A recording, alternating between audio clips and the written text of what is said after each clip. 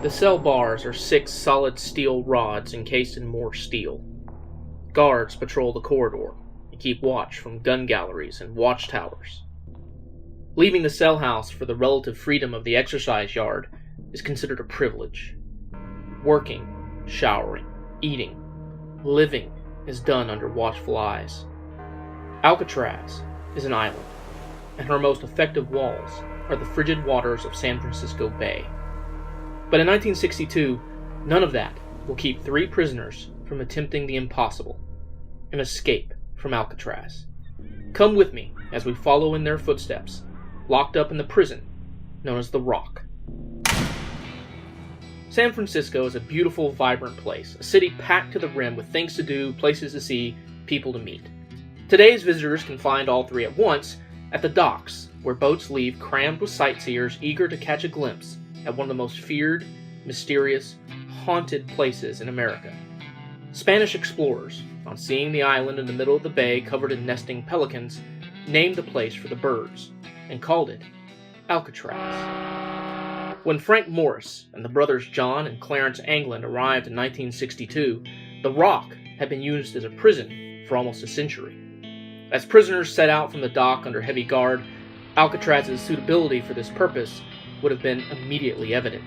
For 15 minutes, they would have plowed through the chilly waters of the bay, waters that stood between any escapee and freedom. They would have noticed that the closest landfall, Angel Island, was about a mile from the prison, a mile through 50-degree waters, waters driven by strong currents. And then they would have shifted their eyes to the Rock itself. It looks like the silhouette of an old, rusting battleship sitting in the choppy waters. Lonely, guarded, dangerous. The prisoners would have landed here, at the dock, the one way in to the Rock, and been welcomed by this sign. The graffiti wasn't present in 1962. It's a remnant and a reminder of an interesting moment in this island's history that came after it closed as a federal prison. In the late 60s and into the early 70s, groups of Native Americans occupied the island, claiming it as Indian land and drawing attention to the plight of their tribes. The island bears several reminders of this occupation, which ended in tragedy when the daughter of one of the native leaders fell to her death from the upper floor of this building next to the docks. Prisoners like Morris and the Anglin brothers would have seen this building but might not have known its history. They were looking at a structure which had been built for warfare, not incarceration. The U.S. Army had built fortifications on Alcatraz during the Civil War era, and this building is a remnant of those fortifications. The red brick peeking out from under whitewash is a clue, as is this date chiseled into the entryway.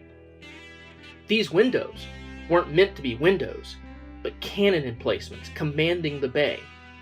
Later, when the Army lost interest in Alcatraz as a military fort and repurposed it as a prison, 2 floors were added to this building to house guards and their families.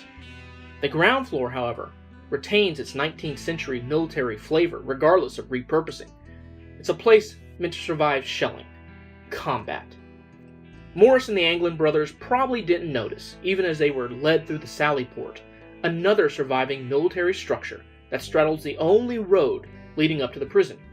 Here, during the Army years, cannon would have been placed to fire grape shot, hundreds of pieces of metal shrapnel, at any force that dared to assault the Rock's fortifications. To go along with the fortifications, the Army built the first lighthouse in the bay on the island, a lighthouse replaced over time and made larger, spreading a light of warning to ships as far as 12 miles out to sea. Finally, the twisting road would have led the prisoners past buildings where guards and their families congregated and towards the cell house at the top of the island.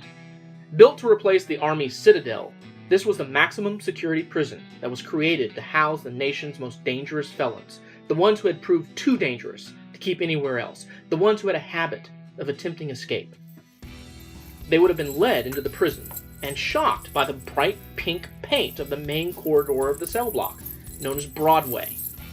They would have been shown into a cell. Lying on the cot would have been a copy of the prison rules. Everything they would have needed to know about their time on the Rock would be found in rule number 5. You are entitled to food, clothing, shelter, and medical attention. Anything else that you get is a privilege. One of those privileges was being allowed into the exercise yard. For a moment, Morris and his friends could glimpse everything they had lost, the freedom of San Francisco Bay. But then they descended into the well of the yard, and the view became nothing but concrete and cons. A pen open to the sky, but a pen nevertheless. Meals were eaten here, with guards patrolling with machine guns outside the windows. Early on in the history of Alcatraz, the rule here, and everywhere, was complete silence. By the time Frank Morris sat here, planning his escape with the Anglin brothers, that rule had been rescinded. But inmates still ate only with spoons, and above their heads waited canisters of tear gas. Break the rules of society, and you wind up in prison. Break the rules of prison, and they send you to Alcatraz. Break the rules of Alcatraz, and you wind up on D Block. The isolation wing was the hardest time you could do on Alcatraz, and the hardest time of all was done here, on this row of solitary cells. Here, the misbehaving inmate could be locked away in near total darkness, in a bare cell, with nothing but thoughts for company. One night in 1946, a prisoner sweeping the floor of the cell block known as CD Street managed to climb up to the gun gallery while the guard patrolled D Block, his back turned. He used a homemade tool to spread the bars. He had starved himself for weeks in order to be able to slip between the resulting gap. He beat the guard and took his weapon. Releasing several other violent prisoners and taking hostage several other guards, it seemed the plan was working. As time stretched on, the break was discovered. The prisoners opened fire on the hostages in the cells, killing several. Then they settled in for a siege. Days later, as troops dropped grenades on their heads from holes blasted in the roof, the prisoners were driven into a utility corridor, where they were finally found, dead from wounds. The Battle of Alcatraz was over. The unsuccessful inmates finally left the cell block and were taken here, the morgue, a tiny building built over the end of a Civil War-era tunnel, their last cell. Frank Morris wanted no part of a loud, showy, unsuccessful prison break. And so it began. Using tools cobbled together from stolen kitchenware, he and the Anglin brothers started chipping away at the concrete surrounding the grill under the sinks in their cells. They made papier-mâché replacements to put in the wall to hide the digging, and fake heads to put in their cots to fool the guards. On the other side of the wall was a utility corridor, which they used to climb to the top of the cell block, a private place where they made life jackets and a raft from rain jackets. They slipped up a ventilation shaft to the roof, climbed down, and then to the beach, and disappeared, headed for Angel Island. No one has seen them since. Today, the Rock is one of the most popular tourist attractions in the nation, the site and setting of popular action films and beach-reading novels. It's not hard to tour the island. It's smaller than you might expect, and once there, you can stay all day if you choose, so long as you catch the last boat out. You can poke around the cell block and the buildings where prison industries were housed. You can follow in the footsteps of some of the most dangerous men in American history. Men who would have given anything to be able to do what you do at the end of the day. Escape the Rock.